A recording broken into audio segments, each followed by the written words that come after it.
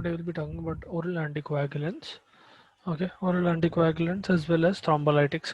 We'll also discuss what are fibrinolytics. Now, coming to oral anticoagulants or thrombolytics or fibrinolytics, these are all drugs that is used to either prevent clot formation or to treat clot formation. Okay, clotting is one of those phenomena that can be very problematic in several patients, specifically because these clots can get lodged in your blood vessels, and ultimately once it is causing blockage, uh, the blood supply to that particular area wherever blood was being transported to. So let's suppose from your heart, it is being supplied to some peripheral tissue where it is going, ending up in your liver, and one part is ending up in your kidneys. Okay. Now let's suppose because of thrombosis or clot formation, because of coagulation, what is happening is these clots are forming a lump, and this lump is blocking these blood vessels. Okay, even if it is one of those small arterioles or venules, the problem is that if it is an arteriole, it will stop or it will decrease the oxygen supply to that particular organ. Or if it is a venule, let's suppose it is a vein which is carrying waste products away from the organ. In this, if there is thrombosis, uh, waste products will start accumulating in this layer. Okay, in this area, waste products will start accumulating, and this in turn can cause damage to that organ, respective organ, whichever is getting drained by that vein. Okay, so in either case, these are bad. And let's suppose it is going to your cerebrovascular what do you call, uh, to your brain, basically cerebrovascular system. वहां पर अगर the blood vessels that are present in your brain, those are getting clogged by these thrombi or these what do you call, clumps of fibrin, what ends up happening is stroke will occur. Okay, because oxygen will not be able to reach certain parts of your brain, that will lead to stroke. Okay, cardiovascular accident, cerebrovascular accident जिसको बोलते हैं. Okay, so in any of these cases, it is very bad to have clots present in the body, especially to a large degree. Now, clot formation is associated with several diseases. It can occur through what they call diabetes mellitus. It can occur in patients with what they call bleeding problems, wherein clot formation is excessive, or it can be in patients who have what they call internal hemorrhage, problem of internal hemorrhage occurring. Whenever there is hemorrhage, clot formation will be triggered and those areas will have clot. So let's suppose I have a blood vessel like this. Okay, and the patient is more susceptible to damage to the blood vessel and more susceptible to hemorrhaging. Okay, in that condition, what will happen is, let's suppose this area is undergoing hemorrhage. Now, whenever this area undergoes hemorrhage, obviously platelet cells, thrombi, fibrin, the whole coagulation cascade will be initiated here. Now, if this is occurring again and again at several spots in your body, this will lead to a lot of clots and a lot of thrombi being accumulated, leading to embolism. Okay, so all of these ways are through which you can get thrombi. Now, to treat this, you have a certain class of drugs that are called anticoagulants. You can use anticoagulants, you can use antiplatelets, and you can use fibrinolytics. Fibrinolytics or thrombolytics are the same drug. Okay, now coming to,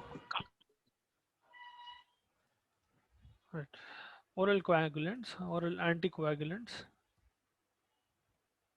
Okay, the main oral anticoagulant that you will see is heparin. Okay, now heparin, you will find it in unfractionated form, which is heavier in weight, and you will find it in the form of light molecular weight heparin. Their mechanisms of actions are slightly different. I hope you went over coagulation cascade. I think I have the coagulation cascade around. 1 second.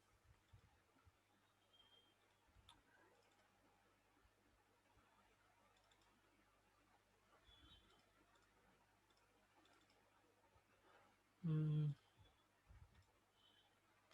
Yeah, this is coagulation cascade. See, I hope you I'm not able to enlarge it, but please make sure that you read about this. It is already there in your physiology. I'm sure you must have studied about it. How intrinsic pathway and extrinsic pathway will lead to the formation of clots.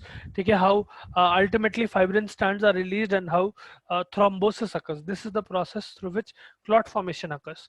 So I would want you to read this before we you go into anticoagulants, studying about anticoagulants, because it will be easier for you to understand if you know what is normal. Now, coming back to oral anticoagulants, as I was telling you, heparin will have two main forms. You have unfractionated heparin and you have light molecular weight heparin. Okay, their mechanism of actions will be slightly different, but very similar. You will understand in a bit. Other anticoagulants, oral anticoagulants that you can use are enoxaparin. Okay, these are derivatives of heparin. Dalteparin. We have warfarin. Warfarin is also one of the most commonly used anticoagulants that you see, and dabigatran.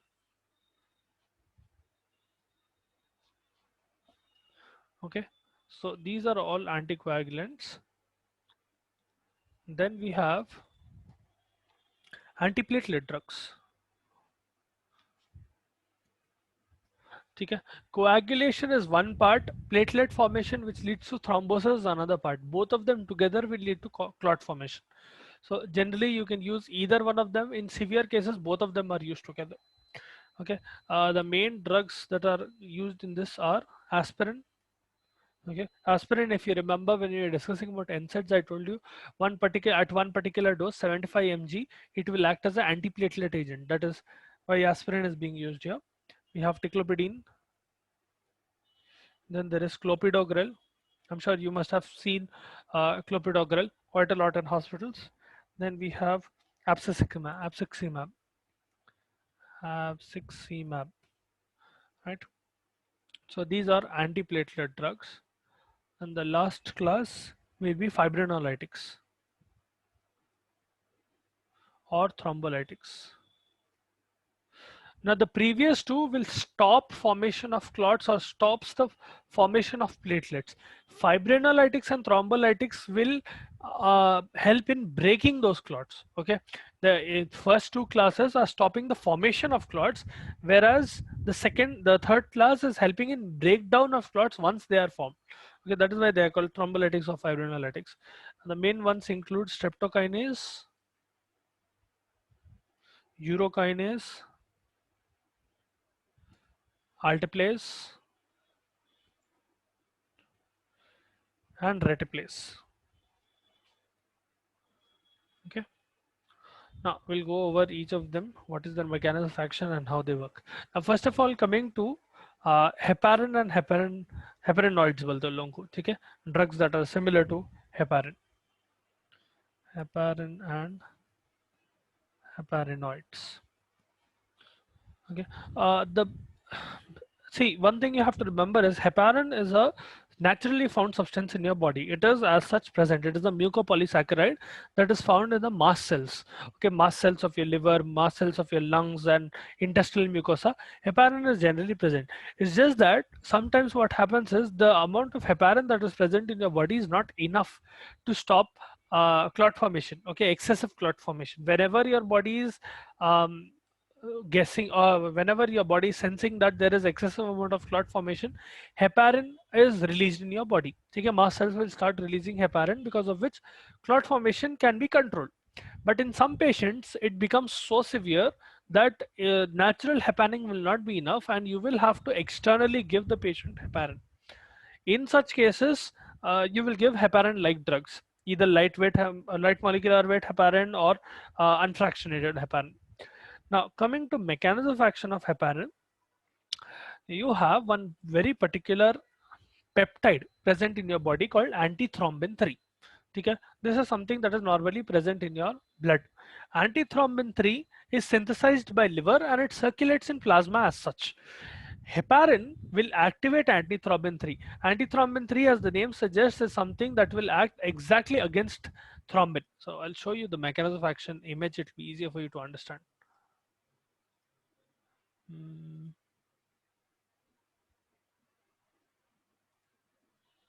One second.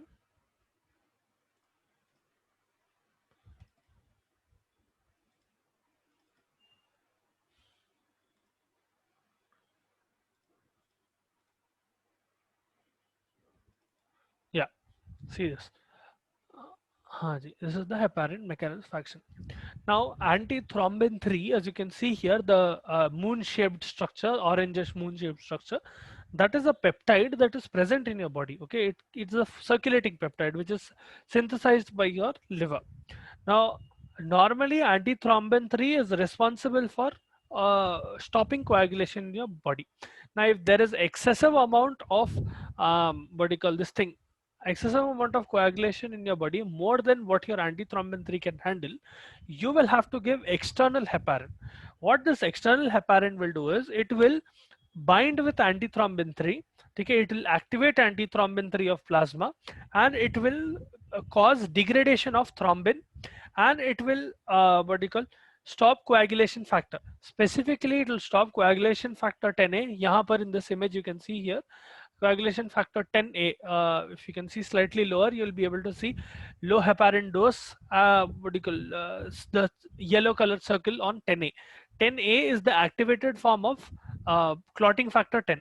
Okay, so antithrombin, whenever it is activated, it will bind with factor 10A, and it will inactivate that clotting factor 10A.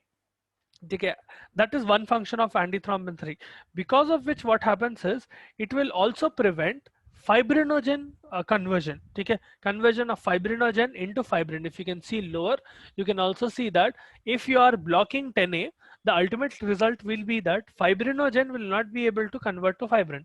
If it is not able to convert into fibrin, you cannot have thrombosis occurring, and you cannot have clot formation occurring, because fibrin strands are very important for the integrity of that clot. Okay, if you want that clot to be stable and you want that clot to be normal, in that what do you call, platelet plug that is formed and the clot that is formed, for that to be stable, you need fibrin. यहाँ पर whenever you give heparin externally, let's suppose you give normal heparin will act in two ways. It will not just affect antithrombin, this thing antithrombin 3, which is causing factor 10 inactivation. It will also affect thrombin as such. Yahan par, if you can see lower, you'll be able to see that it is affecting both thrombin and factor 10. Whereas if you give low molecular weight heparin, okay, I told you there are two types of heparin. You have unfractionated heparin, the heparin which is on the top left that you see binding to antithrombin 3, antithrombin. It is not mentioned there, but it is unfractionated heparin. You have another type of heparin which is low molecular weight. Low molecular weight heparin only acts on factor 10. It will not affect thrombin. Okay? Whereas your unfractionated heparin, which is normally present, which is what you call given externally, that will not just affect antithrombin 3, because of which 10A is affected, but it will also stop thrombin. Ultimately, the result will be that fibrinogen cannot be converted into fibrin, because of which clots cannot be stable, and that ultimately causes lysis of the clot. Okay, if it is not stable, it will not be able to become dense enough to stay intact. That is the mechanism of action of heparin. I hope you understood this. If you want me to repeat, please let me know.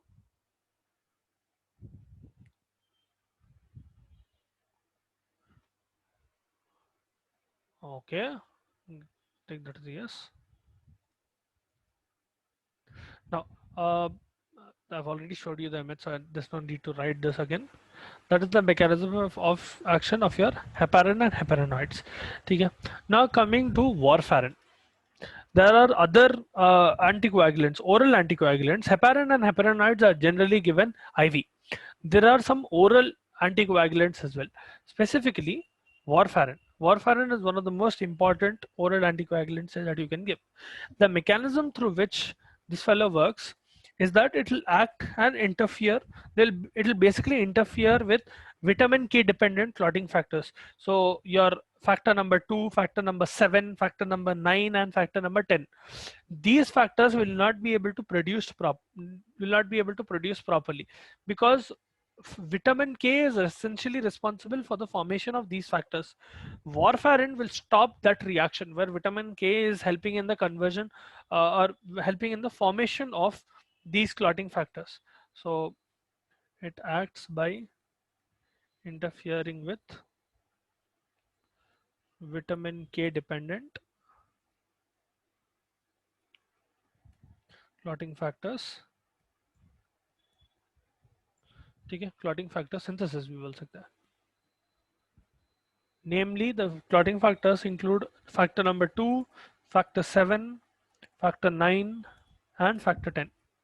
Okay, all of these factors are essentially dependent on vitamin K for their synthesis in liver. Okay, this is happening in liver. That is why vitamin K is quite important. Now, the warfarin essentially stopping that. Now, other than that, it will do another function. It will block gamma carboxylation. Okay, carboxylation is a process in which you are adding carbon dioxide and making carboxylic acid. You are making COOH. Now, in your body, there is a particular reaction where glutamate residues of in prothrombin and factor 7, factor 9 and factor 10, all of these clotting factors will have to undergo a process called carboxylation to get activated. Think of it that way. Okay? Prothrombin, factors 7, 9 and 10. These factors to be activated and for coagulation to occur, they need to undergo carboxylation, specifically gamma carboxylation. Okay, on the gamma position, alpha, beta, gamma alag positions rehte. These are organic compounds. Okay, that so whenever they are undergoing gamma carboxylation, your warfarin will block that gamma carboxylation. So to put it in another way, think of it this way. Prothrombin factor 7, factor 9 and factor 10, they are undergoing a process called carboxylation or gamma carboxylation, okay, to get activated and cause coagulation. Okay. This is occurring whenever there is wound formation and whenever you need to make clots. Now your warfarin will directly inhibit this. Okay, it will stop gamma carboxylation of prothrombin factor 7, factor 9 and factor 10, because of which coagulation does not occur. These do not get activated and these do not lead to coagulation. So there are two ways through which warfarin is working.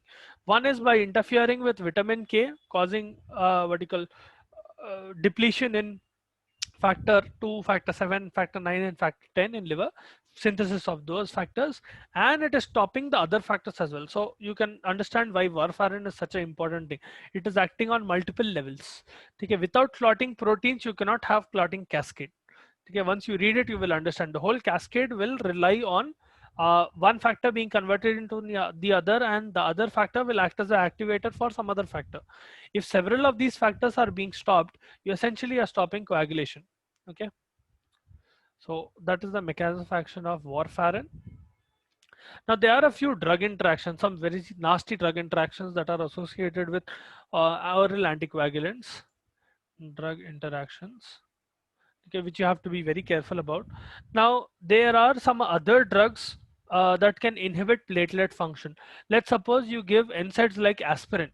Okay, aspirin along with warfarin or aspirin along with heparin, it can cause increase in bleeding, because especially if the patient does not have severe coagulation problems, if only they are suffering from an acute coagulatory problem or something like that, this condition is not as severe, and you use both aspirin, NSAIDs like aspirin, and you are using what do you call this thing, heparin or warfarin, the patient will have severe bleeding, they will have hemorrhaging, you will not have clotting at all. Clotting is important for your body, but we are giving these drugs whenever there is excess amount of clotting.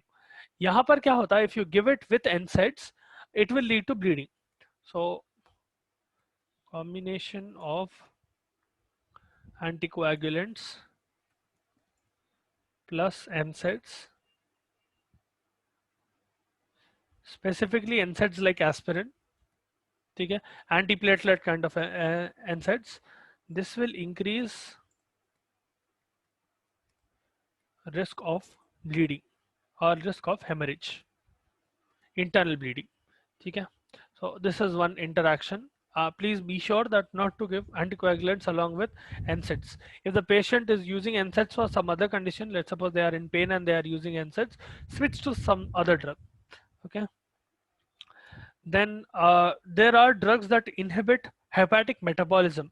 those drugs should be avoided with this, because whenever hepatic metabolism, see, warfarin relies on your liver to get metabolized. So whenever you are giving another drug that is inhibiting hepatic metabolism, it will cause increase in the levels of warfarin. Okay, so drugs that inhibit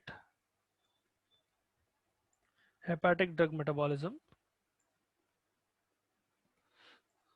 increase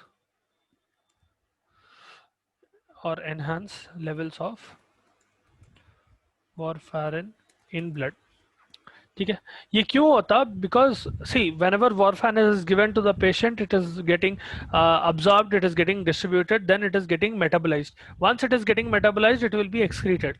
Now if you have it is relying on liver for that metabolism.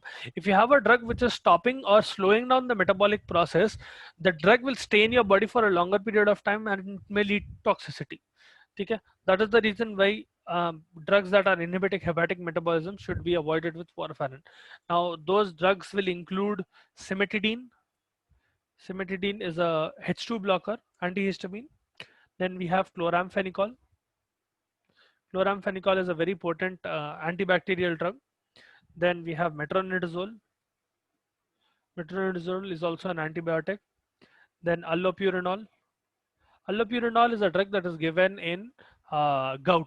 Okay, comes under a class called xanthine oxidase inhibitors, and it will decrease uric acid levels in the patient. And erythromycin. Erythromycin is also a this thing, क्या बोलते हैं, antibiotic.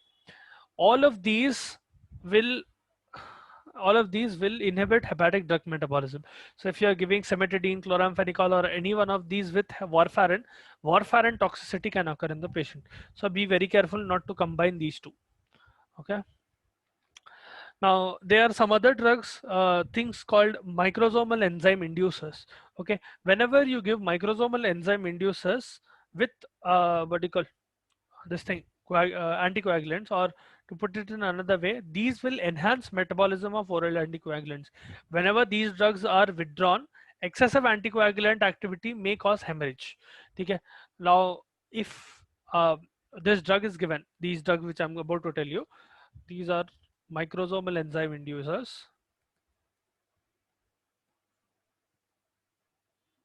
Okay, they will include your barbiturates.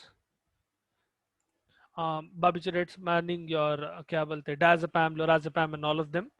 Okay. Rifampicin, fampicin, and griseofulvin. Rifampicin is a particular antibiotic that is used in TB, and griseofulvin is an antifungal drug.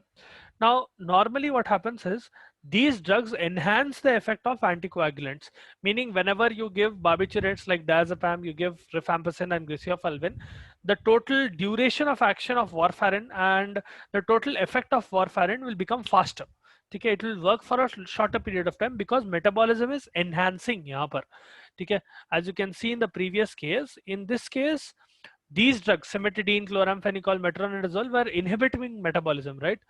This is opposite of that. If you have a drug that is inducing enzymes, which is increasing the enzymes of your liver, it will cause increased metabolism of anticoagulants. In such a condition, what you will have to do is, if you are giving, let's suppose, warfarin along with this, okay, if you are giving warfarin along with rifampicin, in that condition, you will have to slightly increase the dose of warfarin while you are giving rifampicin together. Let's suppose the patient cannot be removed from either of the drugs and you're giving rifampicin and warfarin. When you are continuing this, and at one point of time, let's suppose you remove rifampicin, what will happen is this enhancement that was occurring from rifampicin will suddenly fall. Okay, because rifampicin was helping, rifampicin or diazepam, lorazepam, which are barbiturates, or griseofulvin, these were helping in metabolism of warfarin, so you were giving a higher dose. Okay, now let's suppose you suddenly stop giving rifampicin, barbiturates, and griseofulvin. What will happen is the effect of warfarin will become very, very strong. This effect will not only cause decrease in clumping, or it will not only cause anticoagulant effect, on the other hand it will lead to bleeding. Okay, rather than stopping clot formation or decreasing clot formation, it will go to the extreme and it will cause bleeding. So whenever you are giving these drugs in combination, please make sure that you taper the dose slowly rather than stopping it completely. Okay, I'll repeat once again. If you give barbiturates, rifampicin, and griseofulvin along with anticoagulants, oral anticoagulants or other anticoagulants, these will enhance the metabolism of these oral anticoagulants. Barbiturates and rifampicin will enhance the metabolism of warfarin and other anticoagulants. In that condition, what you will do is you will slightly increase the dose of warfarin. So what will happen is both of them can be given together and warfarin will stay in your body for a longer period of time. As such, if you give a normal dose of warfarin with rifampicin or griseofulvin, it will not act as long. So let's suppose I'm giving rifampicin plus warfarin, and if I only give warfarin, let's suppose this is working for 6 hours. Okay? Whereas if I give rifampicin and warfarin together, warfarin in that condition is only working for 3 hours. So what I do is I slightly increase the dose of warfarin, or I will space the dose. Okay, I'll give rifampicin earlier, then later on I'll give warfarin or something like that. If I increase the dose, it will start working for, let's suppose, 5 hours now. Now what happens is if you suddenly remove this rifampicin, okay, if you stop giving rifampicin, because of this increased dose of warfarin, you will not only get an anticoagulant effect, but you will have the patient, bleeding will occur in the patient or hemorrhaging will occur, okay, because of excessive amount of anticoagulation. Okay. So those are the uh, drug interactions related to these anticoagulants. Another thing, oral contraceptives. If the patient is given oral contraceptives, that increases the synthesis of clotting factors. So if you are giving oral contraceptives in a patient who is already on warfarin or some other anticoagulant, you might have to increase the dose of oral anticoagulant, because oral contraceptives will do the opposite effect of anticoagulants, because they are increasing synthesis of clotting factors. Okay. Now the last class, I hope you understood that. If you did not, please let me know. I'll explain again. If you want me to, and put it in the chat as well. The last class will be thrombolytics. Now thrombolytics are drugs given when you want to break the clot. In both the previous categories, we were trying to stop the formation of clot. In this, you will try to break the clot. So we have already gone past the stage where clots are occurring. The patient already has a lot of clots in their body. At this point of time, you're simply trying to break the clots. Okay, these will help in lysing of the clots. Cause lysis of the clot. Okay, clot or thrombi by activating natural fibrinolytic system. Activating natural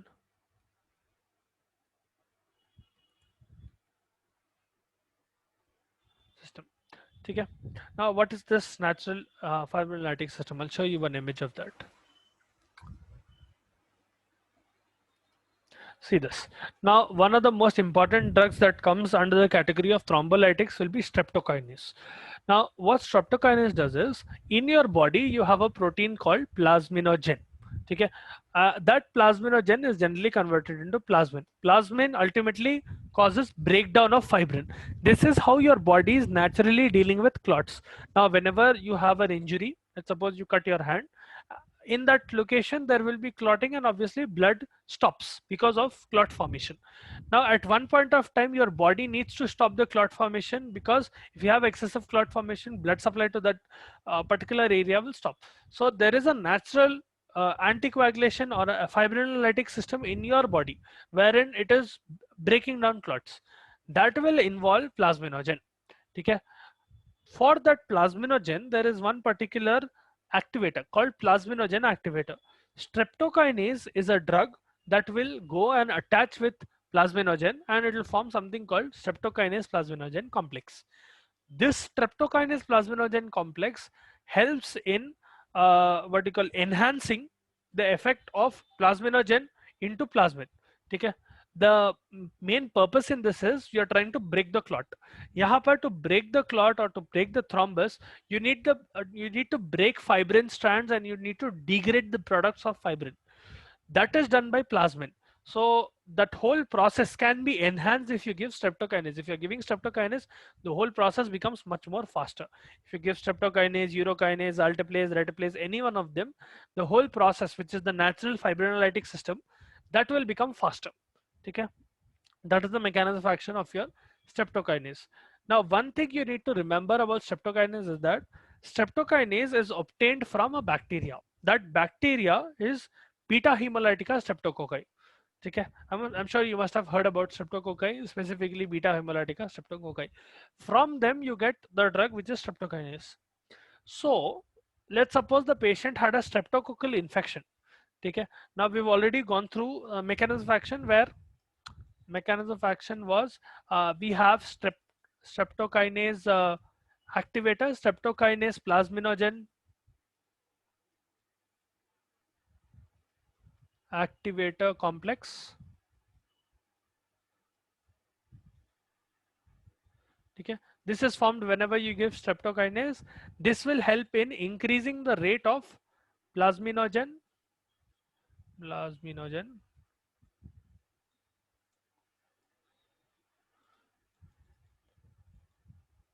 conversion of this into plasmin. Plasmin in turn is helpful in converting fibrin, or it is helpful in degrading fibrin. Okay, so degradation. Okay, plasmin will help in this. It is also something like your coagulation cascade. यहाँ पर your activator is helping. If you give streptokinase, it is increasing the rate of this reaction. It is making it faster.